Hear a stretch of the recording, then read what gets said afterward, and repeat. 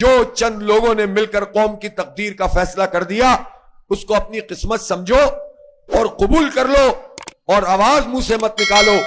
بالکل اچھے بچوں کی طرح کہ پیٹ میں پیسے ڈالتے رہو،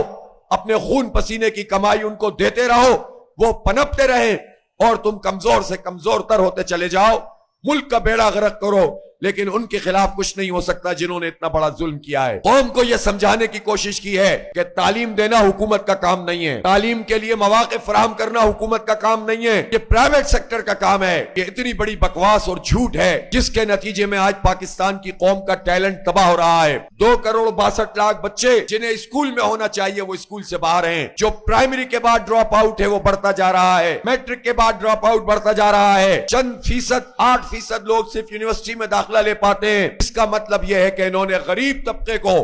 اور اب مڈل کلاس طبقے کو بھی تعلیم کی دوڑ سے فارغ کرنے کا فیصلہ کر لیا ہے، اور یہ کہتے ہیں کہ اس کو اپنی قسمت سمجھو، تم تعلیم کا مطالبہ نہ کرو۔ ہم یہ بتا دینا چاہتے ہیں کہ جماعت اسلامی کی یہ تحریک جو ایک نئے ولولے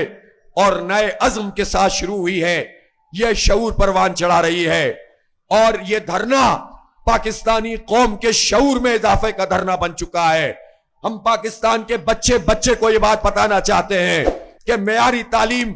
خیرات نہیں ہے، ہمارا حق ہے اور ہمارے بچوں کو ملنا چاہیے۔ جو امیر کو تعلیم ملے وہی مڈل کلاس اور وہی غریب کو ملنی چاہیے، اور یہ حق ہم چھین کر حاصل کریں گے انشاءاللہ تعالی۔